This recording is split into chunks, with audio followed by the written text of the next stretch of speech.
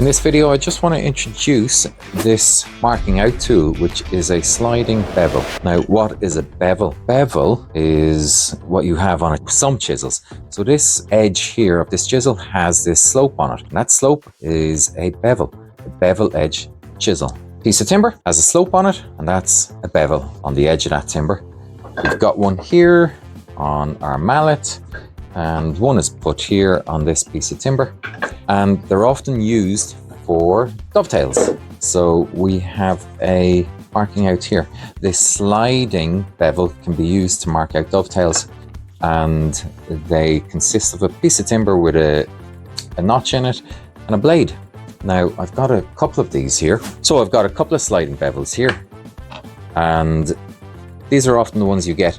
So yeah, take that one out and flip it. This is a pretty old one because I don't use it an awful lot. Because of this often gets in the way. And that's nothing against Stanley, but that's a Stanley one. But it gets in the way of when we're putting it up against our timber. And if we want to flip it around the other side, sometimes that can be sticking out. So that's a bit annoying. So I quite like this one from WORKPRO, where they've got the nut here, and that nut won't get in our way no matter how we're marking up our timber.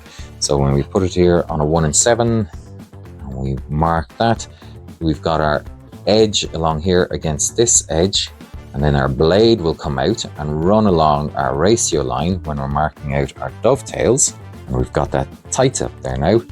And this can run along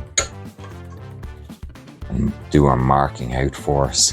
Flip it that way and mark something else out there as well. And of course, could be done on the end of a timber as well. So if you had to mark out the end of that, you put it up against that timber there, and you'd get that edge there marked out. A sliding bevel, nice and handy and sharp. So put that away there, slice. I hope that helps.